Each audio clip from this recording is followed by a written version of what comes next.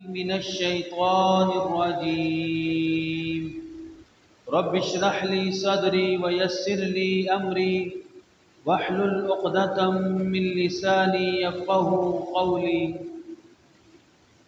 وقال تعالى: والسابقون الأولون من المهاجرين والأنصار والذين اتبعوهم بإحسان رضي الله عنهم ورضوا عنه. تمام قسم کی تعریفات، عبادات ایک اللہ وحدہ لا شریک کے لیے، ان گنت لا تعداد درود و سلام ہو امام الانبیاء رحمت للعالمین صلی اللہ علیہ وسلم کی ذات گرامی پر۔ عزیزان گرامی، اللہ رب العزت کا فرمان ہے: والسابقون الاولون، وہ شروع کے دنوں کے اندر اسلام قبول کرنے والے، من المہاجرین والانصار، جن کو مہاجر بھی کہا جاتا ہے اور انصار بھی کہا جاتا ہے۔ مہاجر اس لیے کہ انہوں نے نبی کریم صلی اللہ علیہ وسلم کی محبت میں، ان کا ساتھ دینے کے لیے اور دین اسلام کے لیے اپنے وطن کو چھوڑا، اپنے گھر بار کو چھوڑا۔ اور انصار صحابہ وہ لوگ تھے جنہوں نے نبی کریم صلی اللہ علیہ وسلم کی محبت میں اور اللہ کے دین کی خاطر اپنے گھر بار چھوڑنے والوں کی مدد کی، ان کو جگہ دی، ان کو ٹھکانہ دیا، ان کے ساتھ بھائی بھائی بن کر زندگی گزاری۔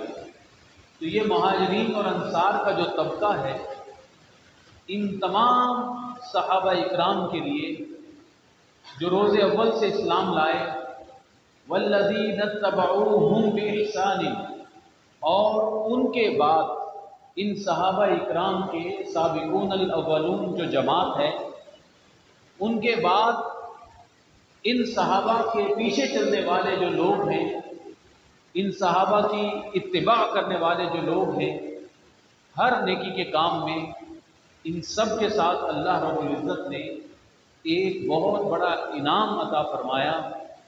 وہ انعام ہے رضی اللہ عنہم ورضوا عنہ، کہ اللہ ان سے خوش ہو گیا، اللہ ان سے راضی ہو گیا اور یہ اللہ سے راضی ہو گیا۔ تو اللہ کی رضا اور اللہ کی خوشنودی، ورضوان من اللہ اکبر، سب سے بڑی چیز جو ہے، سب سے بڑی نعمت جو ہے، سب سے بڑا انعام اللہ رب العزت کا اللہ کی رضامندی اور خوشنودی۔ تو اللہ رب العزت ان کے ساتھ راضی ہو گیا۔ یہاں تین قسم کی جماعتوں کا ذکر ہے۔ پہلے نمبر پر سابقون الاولون، مہاجرین۔ ان مہاجرین میں 10 عشرہ مبشرہ کے جو بڑے بڑے صحابہ اکرام تھے، ان کا ذکر آتا ہے۔ انشاءاللہ تعالی اللہ رب العزت نے زندگی دی اور توفیق دی تو اسی آیت کے ماتحت پھر ان تمام 10 صحابہ کی مختصر سی حالات کو بیان کیا جائے گا، تاکہ ہمیں پتہ چلے کہ اس جماعت صحابہ کو اللہ رب العزت نے سابقون الاولون کا جو لقب دیا ہے وہ کیوں دیا ہے۔ ان میں یہ 10 عشرہ مبشرہ کے صحابہ ہیں، بڑے بڑے صحابہ۔ پھر تمام مہاجرین، تمام انصار، جن کو تقریباً بیت رضوان کے موقع پر 1400 کے مقدار میں کہا جاتا ہے کہ 1500 صحابہ بیت رضوان کے موقع پر جمع ہوئے تھے۔ ان سب کے ساتھ اللہ رب العزت نے یہ اعلان فرمایا کہ اللہ ان سب سے خوش ہے اور راضی ہے۔ ان صحابہ کو سابقون الاولون، سبقت لے جانے والے اور اللہ کی رضامندی کا اتنا بڑا انعام کیوں دیا گیا؟ آخر ان کی زندگیوں میں ہے کیا چیز؟ تو ان کی زندگی کے جو سنہرے واقعات ہیں، جو روشن شمع ہیں ان میں سے چند ایک بیان کی جائیں گی، پھر آگے جا کر انشاءاللہ تعالی ان تمام عشر مبشرہ کی حالات بھی آگے چل کے بیان ہوتے چلے جائیں گے۔ پھر فرمایا سورہ فتح کے اندر کہ لقد رضی اللہ عن المؤمنین، اللہ ان اہل ایمان سے راضی ہو گیا ہے، اذ یبایعونک تحت الشجرہ، اے نبی صلی اللہ علیہ وسلم جو آپ کے ہاتھ کے اوپر درخت کے نیچے بیعت کر رہے تھے۔ ان تمام صحابہ سے اللہ رب العزت راضی ہو گیا۔ جب اللہ تعالیٰ نے اپنی رضامندی کا اعلان کر دیا تو اس کے بعد کوئی بدبخت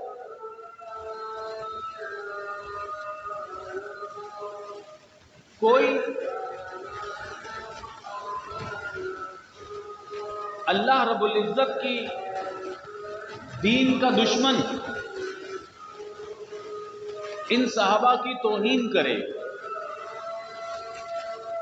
یا اس پاکیزہ جماعت کے بارے میں بری سوچ ذہن کے اندر رکھے تو یوں سمجھ لیں کہ وہ اپنا ٹھکانہ خود ہی جہنم میں بنا رہا ہے، اپنے منہ پہ خود ہی کالک مل رہا ہے۔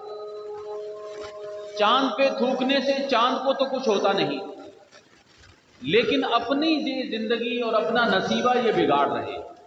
اگر کوئی شخص، کوئی بدبخت اس پاکیزہ جماعت کے بارے میں یہ سوچ رکھے کہ نعوذ باللہ پنجتن پاک کے علاوہ سب صحابہ منافق ہو گئے تھے، سب صحابہ مرتد ہو گئے تھے، نعوذ باللہ، ان پاکیزہ جماعت کے بارے میں اگر کوئی یہ خیال رکھے گا تو وہ اپنی بربادی کا خود ہی مستحق ہے۔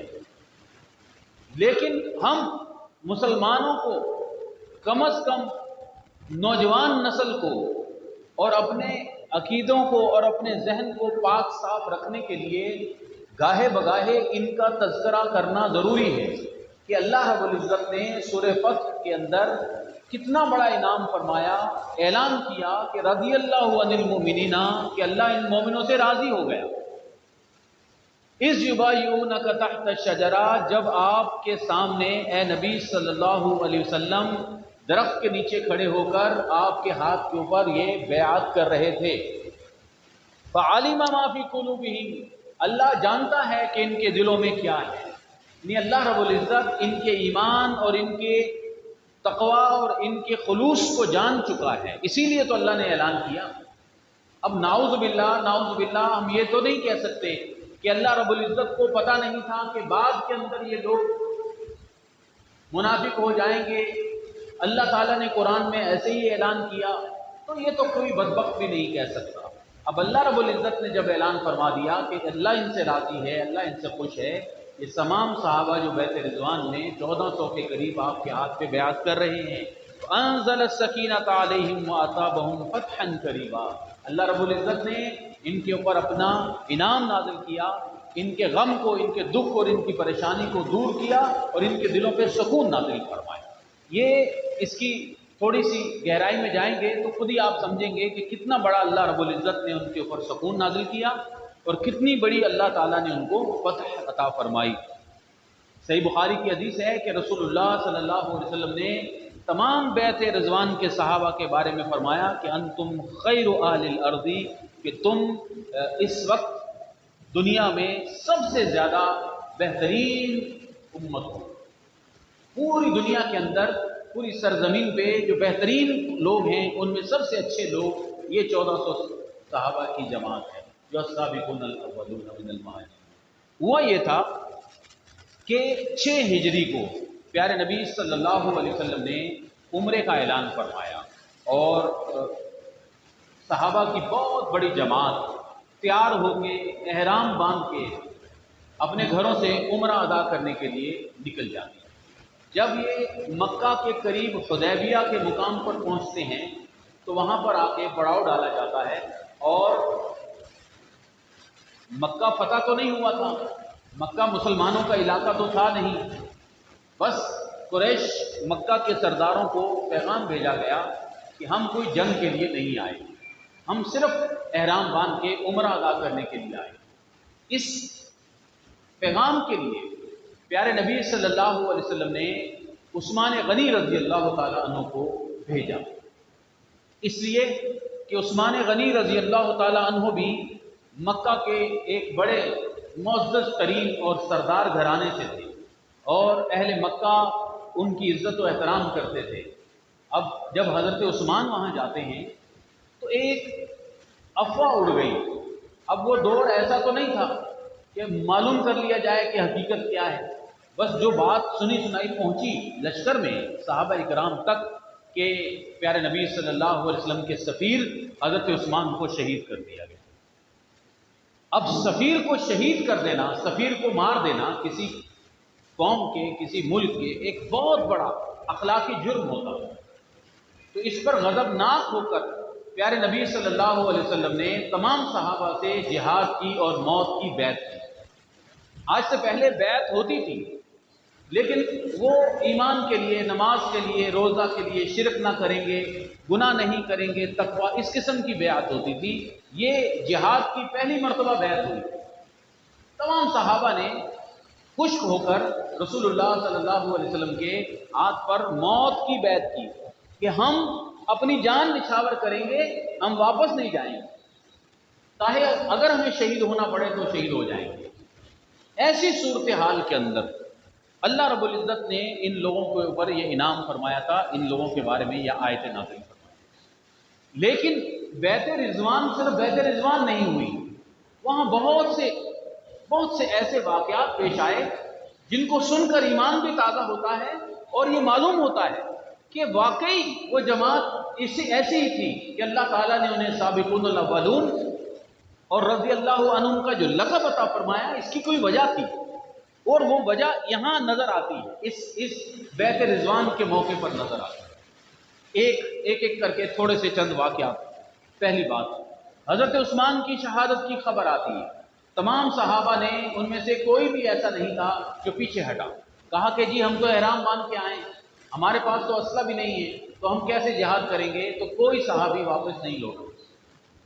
تمام لوگوں نے بیعت کی، ان میں ابوبکر صدیق تھے، عمر فاروق تھے، عثمان غنی تھے، عثمان غنی مکہ گئے ہوئے تھے، حضرت علی رضی اللہ تعالیٰ عنہ تھے، تمام صحابہ تھے، تمام صحابہ، اللہ اکبر۔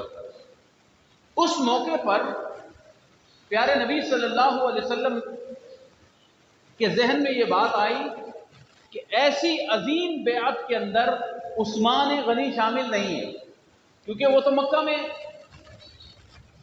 اور اگر وہ وہاں شہید نہیں ہوئے تو وہ تو اس بیعت سے محروم ہو گئے۔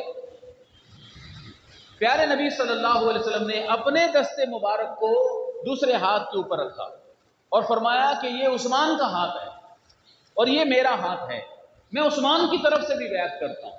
یعنی مجھے یقین ہے کہ عثمان غنی اگر زندہ رہے اور آئے ہمارے پاس تو وہ بھی اس بیعت میں شامل ہو جائیں گے۔ یہ عظمت ہے عثمان غنی رضی اللہ تعالیٰ، یہ مقام ہے۔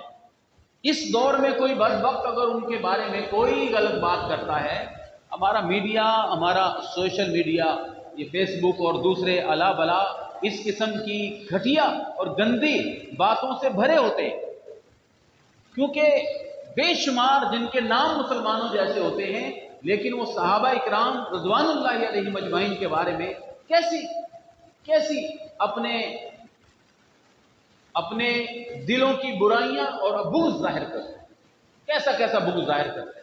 اور یہاں رسول اللہ صلی اللہ علیہ وسلم اپنے اس پیارے صحابی کے لیے 1400 صحابہ نے موت کی بیعت کی، اور رسول اللہ صلی اللہ علیہ وسلم اپنا ایک دست مبارک فرماتے ہیں کہ یہ عثمان کا ہاتھ۔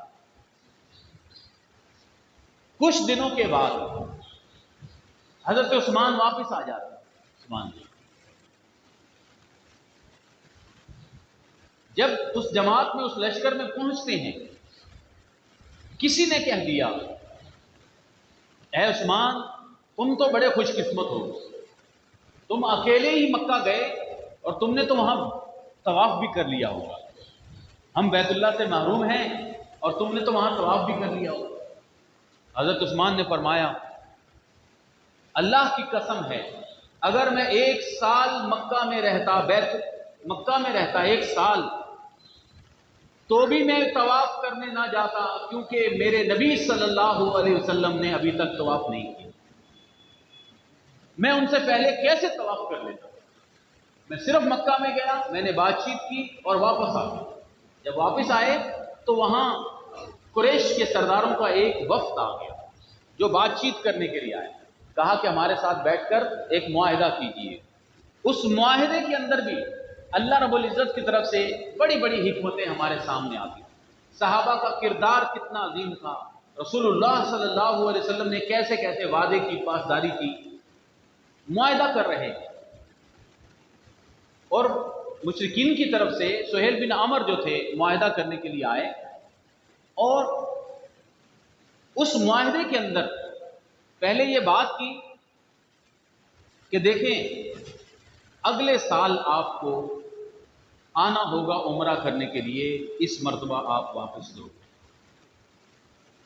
یہ پہلی بات ہی اتنی مشکل تھی کہ کوئی بھی اس کو تسلیم کرنے پر تیار نہیں ہو رہا کہ ہم احرام باندھ کر مدینہ سے سفر کر کے یہاں آئے، اب یہاں قریب سامنے مکہ ہے اور ہمیں عمرہ نہیں کرنے دیا جائے گا، ہمیں کہا کہ واپس چلے جاؤ، اگلے سال تم نے عمرہ کرنے آنا ہے۔ صحابہ اکرام کے نزدیک ویسے بھی جس طرح نماز شروع کر کے نماز کو توڑ دینا کبیرہ گناہ ہے، ایسے ہی احرام باندھ کے احرام اتار دینا اور طواف نہ کرنا اور عمرہ نہ کرنا تو بہت بڑا گناہ ہے، کیسے کیا جائے گا یہ؟ لیکن پیارے نبی صلی اللہ علیہ وسلم اپنے صحابہ سے بھی محبت کرتے تھے، اور آپ اپنے صحابہ کی زندگیوں سے بھی محبت کرتے تھے، اور آپ پوری دنیا کے لیے راہبر و رہنما بھی تھے، اور لیڈرشپ کی ایسی آپ نے تعلیم دی ان چیزوں کے اندر کہ آپ نے اس معاہدے کو قبول فرما لیا۔ اب پہلے تینوں باتیں سن لیتے ہیں، پھر ان کے بعد ہوا کیا۔ دوسری بات انہوں نے یہ کہی کہ آپ دیکھیں لکھیں معاہدے میں کہ کوئی مکہ سے بندہ بھاگ کر فرار ہو کر مسلمان ہو جائے گا اور وہ مدینہ آ جائے تو آپ نے ہمیں واپس کر دینا۔ یہ تو واضح طور پر ایک شکست کی بات ہوئی کہ کوئی مسلمان ہو گیا، اپنی جان پر کھیل کر مکہ سے فرار ہو کر مدینہ ہمارے پاس مدد کے لیے آ گیا، ہم اس کو جگہ نہیں دیں گے اور ہم مکہ میں واپس کر دیں گے۔ اور اوپر سے ایک اور ظلم کہ اگر کوئی مدینہ والوں میں سے مسلمان اسلام کو چھوڑ کے مرتد ہو جائے اور واپس مکہ آ جائے تو آپ اس کو طلب نہیں کریں گے، ہم اسے واپس نہیں کریں گے، ہم اس کو اپنے پاس رکھیں گے۔ تینوں شرطیں ایسی تھیں جو قبول نہ کی جائیں۔ پہلی بات کہ آپ واپس چلے جائیں، احرام کھول دیں۔ پیارے نبی صلی اللہ علیہ وسلم کے اطاعت دیکھیں صحابہ کے اندر، حکم اور ادب و احترام دیکھیں۔ پیارے نبی صلی اللہ علیہ وسلم نے حکم دیا کہ آپ احرام کھول دو۔ اب صحابہ اکرام نہ چاہتے ہیں کہ وہ چاہتے ہیں کہ ہم نہیں کھولیں گے، لیکن ادب و احترام آگے آ رہا ہے، کیا کریں؟ سب لوگ پریشان ہیں۔ پیارے نبی صلی اللہ علیہ وسلم غصے میں آ کے اپنے خیمے میں آتے ہیں اور ام سلمہ ام المؤمنین جو ہماری ماں ہیں، اللہ کی رحمتیں نازل ہوں ان کے اوپر، ان سے مشورہ کیا کہ دیکھو لوگ میرے حکم پر عمل نہیں کر رہے، اللہ نہ کرے کہ یہ لوگ اسی طرح رہے تو اللہ ان سب کو ہلاک کر دے گا، کیونکہ نبی کا انکار کرنا تو ایک ناممکن سی بات ہے، ہلاکت و بربادی ہو جائے گی ان کے لیے۔ میں ان کے لیے ہلاکت و بربادی بھی نہیں چاہتا، اور میں یہ بھی چاہتا ہوں کہ یہ لوگ میرے حکم پر عمل کریں۔ تو ام سلمہ دیکھیں، کبھی کبھی بیوی جو علم اور عقل رکھتی ہو اور اس کا مشورہ مان کر ایک بہت بڑے فتنے اور بگاڑ کا دروازہ بند کر دیا، فرمایا اے اللہ کے نبی صلی اللہ علیہ وسلم آپ عمل کر کے ان کو دکھائیے، دیکھنا وہ تمام صحابہ جب آپ کو دیکھیں گے تو فوراً اس پر عمل کر لیں گے۔ کیا کریں؟ آپ اپنا احرام کی چادریں اتاریں، آپ حلق کیجئے، یعنی کہ سر کے بال کو منڈوائیں، آپ قربانی کریں۔ صحابہ جب آپ کو دیکھیں گے کہ ہمارا نبی یہ کر رہا ہے تو دوڑے ہوئے چلے آئیں گے۔ پیارے نبی صلی اللہ علیہ وسلم نے احرام کھول دیا، غسل فرمایا، حلق کیا، سر کے بالوں کو منڈوا دیا اور اپنے جانور کو ذبح کیا. تمام صحابہ دیوانہ وار اسی عمل کی طرف چلے گئے.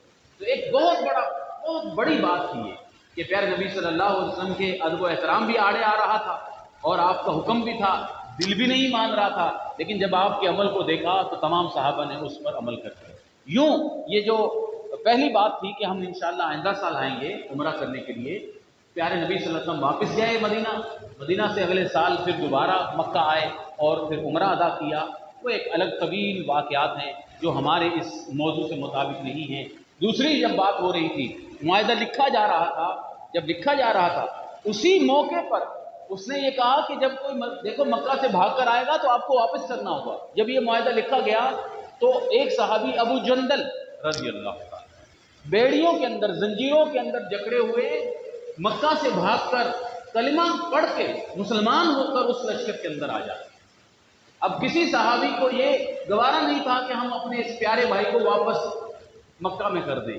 تو وہ قافلے والے کہنے لگے، وفد والے، کہ دیکھیں اے اللہ کے رسول صلی اللہ علیہ وسلم، ابھی آپ نے معاہدہ کیا ہے کہ مکہ کے بندوں کو واپس کرنا ہے، ابھی اس کی مثال یہ بندہ ابھی ابو جندل آ گیا ہے، اس کو واپس کیا جائے.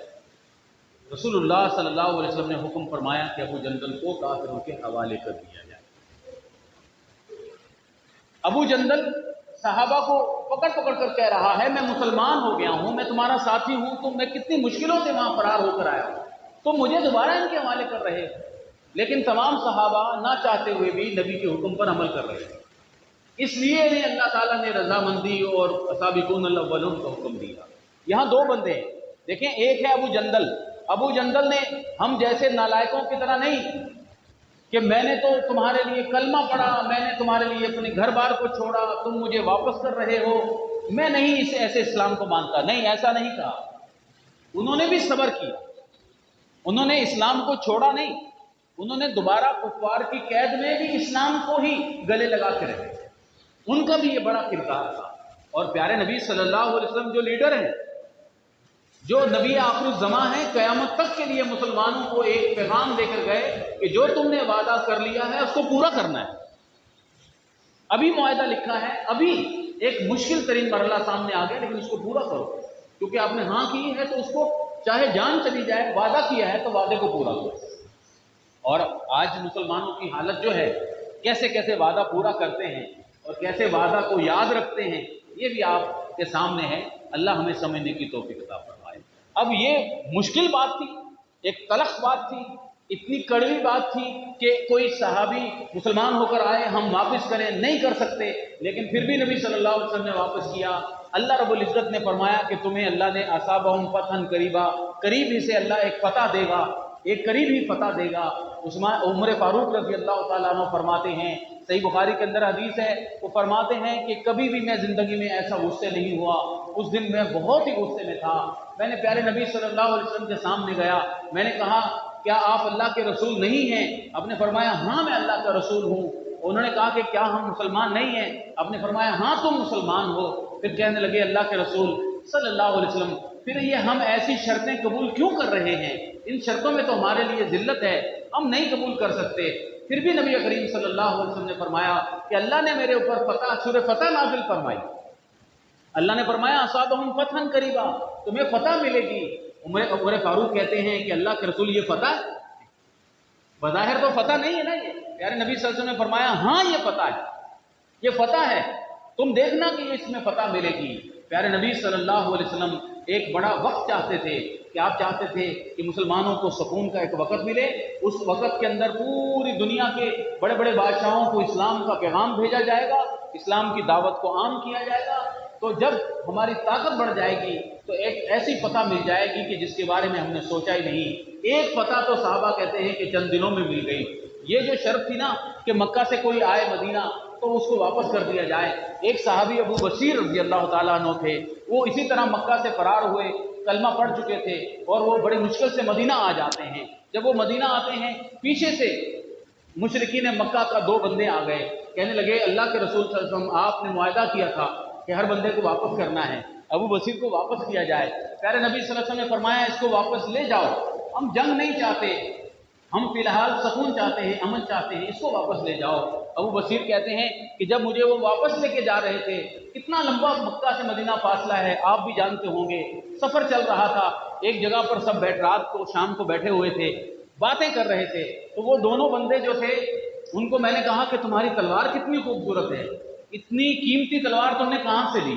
تو جب تعریف بندہ کرتا ہے تو وہ تھوڑے سے پھول جاتا ہے، وہ بندے تھوڑے پھول گئے، میں نے کہا کہ اچھا جی یہ تو ہم سے باتیں کر رہا ہے، کہا کہ بڑی قیمتی تلوار ہے، بڑی مہنگی تلوار، دکھانا مجھے، یہ اتنی اچھی تلوار تم نے لی تو لی کہاں سے؟ مجھے آج تک یہ تلوار نہیں دکھی۔ ہاتھ میں لیتے ہیں اور ایک کافر کی تو گردن اڑا دیتے ہیں اور دوسرا وہاں سے فرار ہو جاتا ہے۔ اب ابو بصیر رضی اللہ تعالیٰ عنہ پر سوچتے ہیں کہ مدینہ جاؤں گا تو مجھے واپس کر دیا جائے، مکہ جاؤں گا تو مجھے پکڑ لیں گے، تو وہ ایک ساحل پہ چلے جاتے ہیں۔ اب مکہ کے قریب ساحل، جدہ کے قریب ساحل پہ جا کر بیٹھ جاتے ہیں، وہاں انہوں نے اپنا ایک ٹھکانہ بنا لیا۔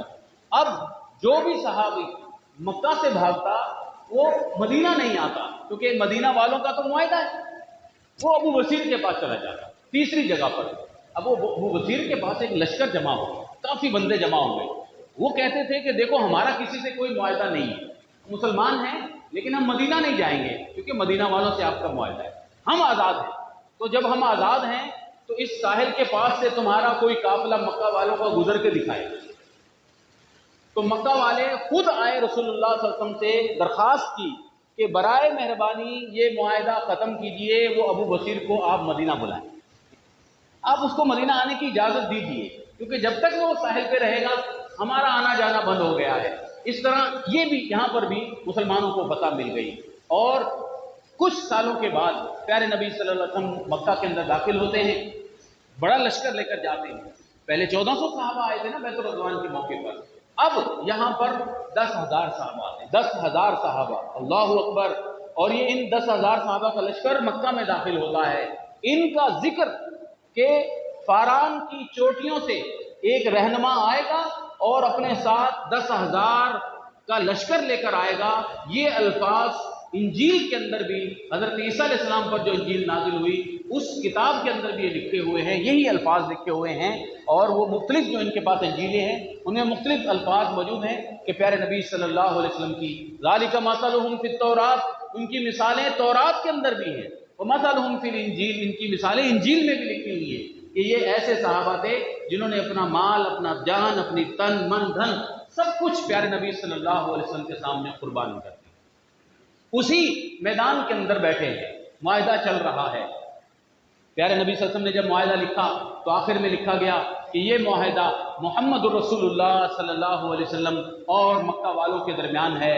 تو وہ مکہ کا ایک سردار کہنے لگا کہ دیکھیں، ہم اگر آپ کو اللہ کا رسول مانتے تو ہم آپ کو منع کرتے مکہ آنے سے، ہم آپ کو رسول اللہ نہیں مانتے، آپ یہاں لکھیں محمد بن عبداللہ۔ پیارے نبی صلی اللہ علیہ وسلم نے فرمایا واللہ انی لرسول اللہ، اللہ کی قسم میں واقعی اللہ کا رسول ہوں، ان کذبتمونی، اگر تم مجھے انکار کرتے ہو تو کوئی بات نہیں۔ آپ نے حضرت علی رضی اللہ تعالیٰ عنہ کو حکم دیا اکتب محمد بن عبداللہ، کہ یہ رسول اللہ کے لفظ کو مٹائیے اور یہاں محمد بن عبداللہ لکھ دیجئے۔ اب حکم ہے، لیکن حضرت علی فرمانے لگے اللہ کے رسول صلی اللہ علیہ وسلم، میری ماں باپ آپ پر قربان، میں اپنے ہاتھوں سے یہ مٹا سکتا ہوں کہ رسول اللہ کا لفظ میں اپنے ہاتھوں سے مٹاؤں؟ میری جان چلی جائے گی، میں نہیں مٹا سکتا۔ تو پیارے نبی صلی اللہ علیہ وسلم نے مصلحت کی خاطر اس کو بھی، اس لفظ کو بھی ہٹا دیا۔ مفسرین بیان کرتے ہیں کہ محمد رسول اللہ صلی اللہ علیہ وسلم پیارے نبی کا قرآن میں کئی مقام پر ذکر ہے، لیکن کہیں فرمایا یا ایھا الرسول، کہیں فرمایا یا ایھا النبی، کہیں فرمایا یا ایھا المزمل، کہیں یا ایھا المدثر، کبھی ایسا نہیں ہوا کہ محمد الرسول اللہ کٹھا لکھا ہو۔ لیکن جب سورہ فتح نازل ہوئی، ابھی مشرکین نے کہا کہ یہاں ہٹاؤ محمد الرسول اللہ، اللہ رب العزت نے قرآن کریم میں یہ آیتیں نازل فرمائیں کہ محمد الرسول اللہ والذین معہ اشداء علی الکفار رحماء بینہم، قیامت تک کے لیے یہ لفظ اب قرآن کے اندر چلے گا۔ اب یہ مسلمان پڑھتے رہیں گے قیامت تک کہ محمد اللہ کے رسول ہیں صلی اللہ علیہ وسلم۔ یہ ان کی سب سے بڑی شان یہی ہے کہ ان کا کوئی ذاتی کمال یا ذاتی لیڈرشپ کی وجہ سے وہ کوئی مکہ کے سردار نہیں بنے، نہیں، وہ محمد اللہ کے رسول ہیں صلی اللہ علیہ وسلم۔ اور والذین معہ، اور آپ کے جو ساتھی ہیں، یہاں سے صحابہ شروع ہو جاتے ہیں، صحابہ، وہ صحابہ اکرام، اللہ اکبر، اشداء علی الکفار، یہ صحابہ کافروں کے مقابلے میں بڑے سخت ہوتے تھے، رحماء بینہم، آپس کے معاملات میں بڑے نرم دل ہوتے تھے، تراہم رکعا سجدا، آپ ان کو دیکھو گے کہ کبھی وہ رکوع میں نظر آئیں گے، کبھی وہ سجدوں میں نظر آئیں گے، یبتغون فضلا من اللہ ورضوانا، یہ صحابہ اکرام اللہ کا فضل اور اللہ کی رضا تلاش کرتے ہیں۔ مطلب یہ ہے کہ آج اس وقت ہم میں سے کوئی رکوع سجدے میں ہوتا ہے تو ہو سکتا ہے کہ وہ اللہ کی رضا کے لیے کر رہا ہو سکتا ہے کہ وہ دنیا کو دکھانے کے لیے کر رہا ہو سکتا ہے، لیکن نہیں، محمد رسول اللہ کے جو ساتھی ہیں صلی اللہ علیہ وسلم، جو صحابہ ہیں، ان کی جو نمازیں ہیں، ان کی گواہی اللہ دیتا ہے کہ یہ صرف اللہ کے لیے کرتے ہیں، یبتغون فضلا من اللہ ورضوانا، یہ صرف اللہ کی رضا چاہتے ہیں۔ سیماہم فی وجوہہم من اثر السجود، ان کے چہروں پہ آپ کو ایمان کا نور نظر آئے گا، صحابہ کے چہروں، تراہم رکعا ذالک مثلہم فی التوراۃ ومثلہم فی الانجیل، ان کی مثالیں آپ کو تورات انجیل میں بھی ملیں گی، ان صحابہ کا ذکر ملے گا۔ یہ ایسی کوئی جماعت نہیں تھے کہ بس ایسے ہی اللہ تعالیٰ نے انہیں سابقون الاولون کہہ دیا، بلکہ انہوں نے جانوں کو قربان کیا، اپنے جانوں کی قربانی دی۔ آپ ابو جندل کے واقعے میں کتنا بڑا سبق ہے کہ اپنی جان قربان کر رہے ہیں۔ ان صحابہ میں ایک عبد الرحمن بن عوف تھے، جن کو سابقون الاولون کہا گیا، اللہ اکبر۔ ان کا واقعہ پھر ان کی حالات زندگی میں انشاءاللہ بیان کریں گے۔ مختصراً وہ مکہ سے جب آتے ہیں دین کے لیے مدینہ کی طرف، ان کے مال کو، ان کے جان کو، ان کے جو بھی چیز تھی، روپیہ پیسہ، سب کچھ کو مکہ والوں نے چھین لیا۔ اب وہ خالی ہاتھ پیدل سفر کر کے، بڑے تاجر تھے وہ، لیکن جب وہ مدینہ آتے ہیں، مدینہ میں آنے کے بعد آپ ان کی قربانیاں دیکھیں، آپ اس سابقون الاولون مہاجرین اور انصار کا ایک سبق دیکھیں۔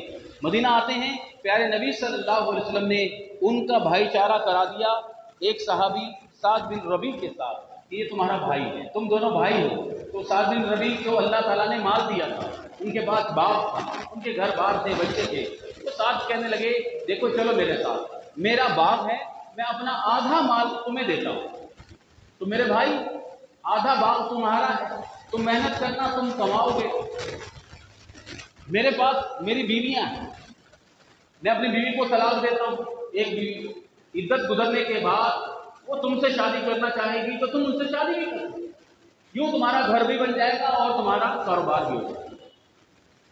بڑی پیشکش ہے نا، لیکن وہ عرب کا جو قریش کے خوددار قبیلہ جو تھا، جس کے اندر رسول اللہ صلی اللہ علیہ وسلم کو اللہ رب العزت نے پیدا فرمایا، تو وہ ویسا نہیں تھا کہ لے لو بھائی جو آتا ہے لے لو، نہیں، انہوں نے کہا کہ تم نے پیشکش کر دی، بس ٹھیک ہے، بس مجھے یہ بتاؤ بازار کہاں ہے مدینے میں، میں محنت کروں گا، مزدوری کروں گا، اللہ مجھے دے گا۔ تو وہ بازار جاتے ہیں، کوئی بھی کام کیا، کوئی بھی مزدوری کی، مزدوری کرنے کے بعد شام کو جب آتے ہیں تو ان کے پاس گھی بھی تھا، پنیر بھی تھا، چیز جس سے وہ کھانا کھا سکتے تھے، خود بھی کھایا اور بچا ہوا لے کر آ کر اپنے بھائی کو بھی دیا۔ چند دن گزرتے ہیں، اللہ نے ان کی تجارت میں برکت دے دی، وہ شادی بھی کر لیتے ہیں، اللہ اکبر۔ پھر حضرت عائشہ فرماتی ہیں کہ وہ بعد میں مدینہ کے بہت بڑے تاجروں میں سے ایک تاجر، لاکھوں دینار، وہ صحابی جو ننگے بدن ننگے پاؤں مدینہ آئے تھے، لاکھوں دینار وہ صحابہ کے لشکروں کو صدقہ دیا تھا۔ اور پیارے نبی صلی اللہ علیہ وسلم کے جو اہل بیت ہیں، امہات المومنین ہیں، پیارے نبی کی جو بیویاں ہیں، ان کے لیے لاکھوں دینار الگ سے سالانہ ان کے گھروں کے اندر بطور محبت کے تحفے کے طور پر پہنچایا کرتے تھے کہ کہیں آپ کو کوئی ایسی حالت نہ پیش آئے کہ آپ کو کہیں کھانا نہ ملے یا پریشانی نہ ہو۔ تو حضرت عائشہ فرماتی تھی کہ اللہ تعالیٰ انہیں جنت کے چشموں سے پانی پلائے گا۔ عبد الرحمن بن عوف نے جتنی ہماری خدمت کی ہے، اتنی کسی نے خدمت کی۔ یہ ہیں السابقون الاولون، اس وجہ سے اللہ رب العزت نے ان کو رضی اللہ تعالیٰ عنہ کہا۔ ان کی جو زندگیاں ہیں ان میں میرے لیے، آپ کے لیے، ہم سب کے لیے سبق بنتے چلے جائیں، سبق بنتے چلے جائیں، سبق ملتے چلے جائیں گے۔ عبداللہ بن مسعود فرماتے ہیں، اللہ اکبر، وقت ختم ہو گیا، انشاءاللہ تعالی اللہ رب العزت زندگی برکت عطا فرمائے تو انہی صحابہ کے جو سنہری واقعات ہیں، ان صحابہ کو سابقون الاولون کیوں کہا جاتا تھا، اور ان کے لیے اللہ رب العزت نے رضی اللہ عنہم کا اتنا بڑا انعام کیوں دیا، انشاءاللہ تعالی آئندہ بھی بیان کیے جائیں گے۔ اور یہ واقعات برائے واقعات نہیں ہیں، یا سننے کے ذہنی طور پر نہیں ہیں کہ مزے کے لیے سن لیا جائے، بلکہ اس میں ہمارے لیے چند اسباق ملتے ہیں، ان اسباق کی طرف نظر ڈالنی ہے کہ ہم نے صحابہ سے محبت کرنی ہے، ہم صحابہ کے محبت کرنے والے ہیں، پھر ان کے جو سنہری واقعات ہیں، ان کی جو قربانیاں ہیں، اس سے ہمیں یہ نصیحت ملے گی کہ آج میں مسجد نماز پڑھنے نہیں جا سکتا دور جا کر، تو میں وہ صحابہ کیسے تھے جو اپنی جان اور مال قربان کرتے تھے، آج میں اپنے اوپر فرض زکوٰۃ نہیں دے سکتا، وہ فرض زکوٰۃ کے علاوہ اپنے سارے مال کو قربان کر دیا کرتے تھے۔ یہ نصیحت اور عبرت اگر ہمیں مل گئی تو سمجھ لیں میری اور آپ کی سب کی زندگی کیا کہتے ہیں روشن ہو جائے گی۔ اللہ سے دعا ہے کہ اللہ رب العزت قبول فرمائے۔